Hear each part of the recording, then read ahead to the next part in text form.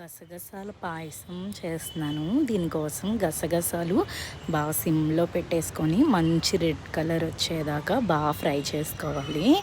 And ఒక spoon బియ్యం, పచ్చి కొబ్బరి, ఎండు కొబ్బరి రెండు కూడా చిన్న చిన్న ముక్కలుగా కట్ చేసుకొని వేసుకోండి. కొంచెం జాజికాయ, జాపత్రి, మంచి వాసన వస్తుంది అన్నమాట. ఇది మెయిన్ ఇంపార్టెంట్.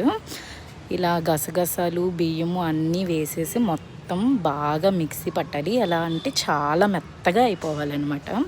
ముందుగా కాచి పెట్టుకున్న పాలల్లో ఇవి వేసేసుకొని కొంచెం సిమ్లో పెట్టుకొని మంచిగా మరగనివ్వాలి. నేను ఆల్రెడీ బాగా వేపాను కాబట్టి ఇంకా మళ్ళీ హీట్ చేయాల్సిన అవసరం లేదు. ఇలా కలిపేసుకొని కొంచెం బాగా మరగాలి. అందులో ముందుగా ఇలా నేను బెల్లం అయితే కరగపెట్టేసుకుని ఉన్నాను. స్టవ్ ఆపేసి లాస్ట్లో ఇదైతే మనం ఇలా పోసుకోవాలి. పోసుకొని కొంచెం ఇలాచీ పౌడర్, డ్రై ఫ్రూట్స్ యాడ్ చేసుకోవాలంటే డ్రై ఫ్రూట్స్ యాడ్ చేసుకోండి. చాలా బాగుంటుంది గసగసాల పాయసం. చాలా సింపుల్ అనమాట.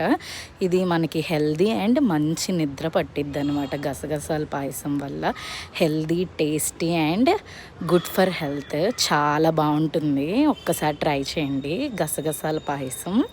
చూసారా ఎంత బాగుందో కదా.